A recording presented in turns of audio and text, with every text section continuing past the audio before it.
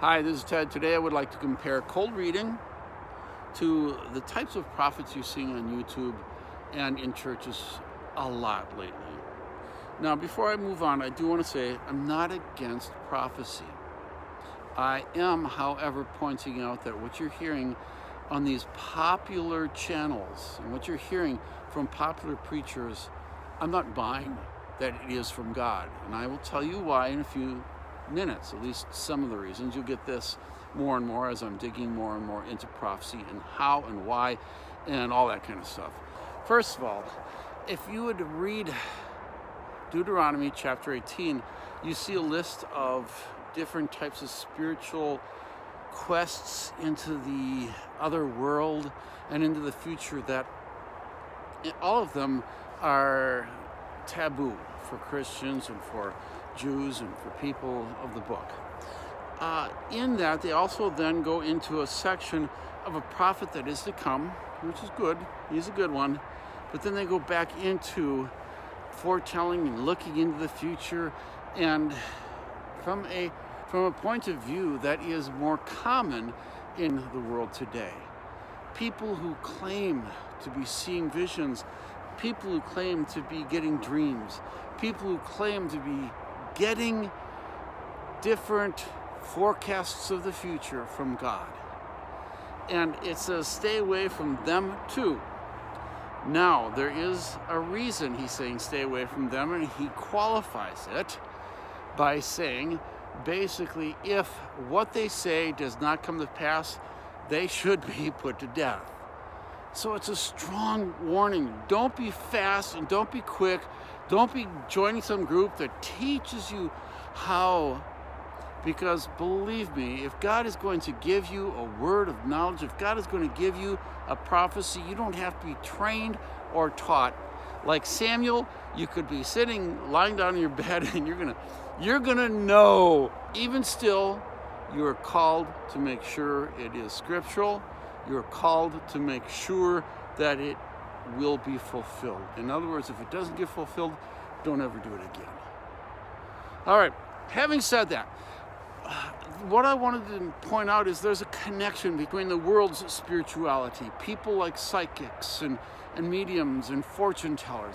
There's a connection between them and nowadays the Christian, the prophet, quote unquote, the people prophesying about the future. There are connections made there between those who are from the world and those who are from the kingdom, both doing the same thing, both in the bad direction. All right, let's get some pointers nowadays. What can be similar between the two things you need to watch out for? What is cold reading? There's cold and hot reading when you're dealing with mediums, psychics, and fortune tellers and stuff. There's cold and hot readings. Hot readings are, you got somebody coming into your house or whatever to get their fortune told. What you do is you search online all about that person. You find out everything you can. Now you have ammunition and are able to present to them what looks like miraculous statements about their lives, but you have gotten that from the internet or from researching a little bit more about them. Cold reading, however, is when that person comes in, you know nothing about them until they come in, and you can see, and you can from that detect a lot of stuff. The way they dress, the way they speak, their manner, the way they look. There's so much you can tell if you're pretty good at this. And this is cold reading. So today I'm reading about cold reading, and I'm reading online an article about cold reading, and he's presenting different points that you're going to find with cold readers. And he actually ends up, so tell your friends how to do this and you'll be a really good medium or really good fortune teller. All right, he's a skeptic, and he's addressing those types of people who predict the future or who tell you something about yourself. And I find tremendous similarities between those two. He presents several points, of which I'm going to take 7 of them. and talk about them. In fact, it might only be 6 because one thing is my own idea, and I am beginning to question whether or not this really is a point or not. However, I do think it does influence things. All right, having said that, number one, the number one point between the two that are very similar are you have to have confidence. All right, the psychic needs confidence. If somebody comes for a psychic reading and that person has no confidence whatsoever, chances are people aren't going to pay much attention to them, and they're not going to get a good pay for what they're doing. Same with preachers. You want confidence. You want them to be absolutely certain this is going to happen. The Lord told me it's going to happen. You want to buy what they say. Number 2, status. This is my own little addition, and I'm not sure how much status. I'm going to say yes, it's huge. Not necessarily status high, because sometimes you might actually see somebody in the streets or some fortune teller who's homeless, but for some reason there's something about them that gives them a status of a deep connection with the other world. All right, in the Christian world, status is huge with preachers, popular preachers, mega preachers.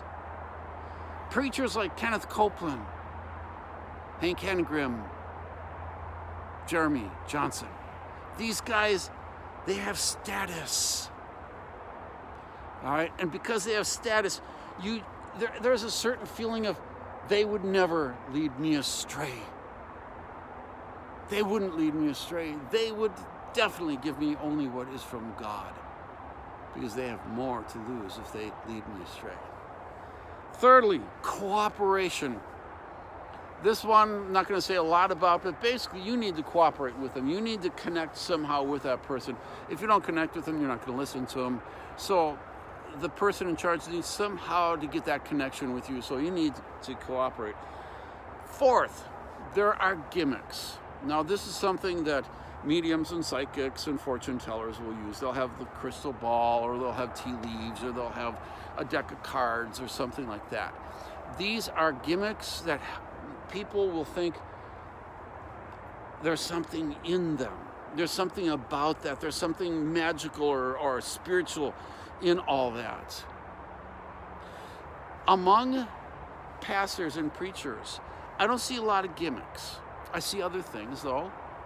When I see Hank Hanegraaff, for example, I see him constantly, intently closing his eyes. It's as if he's searching God, the very heart of God, the very thoughts of God. What are you saying to me, God? When I see Kenneth Copeland, he'll stop in the middle of a sermon. What's that, Lord? All right, I'll tell him. Oh, those are the gimmicks. All right. Next, stock phrases. I don't know stock phrases for the mediums and the fortune tellers and all them.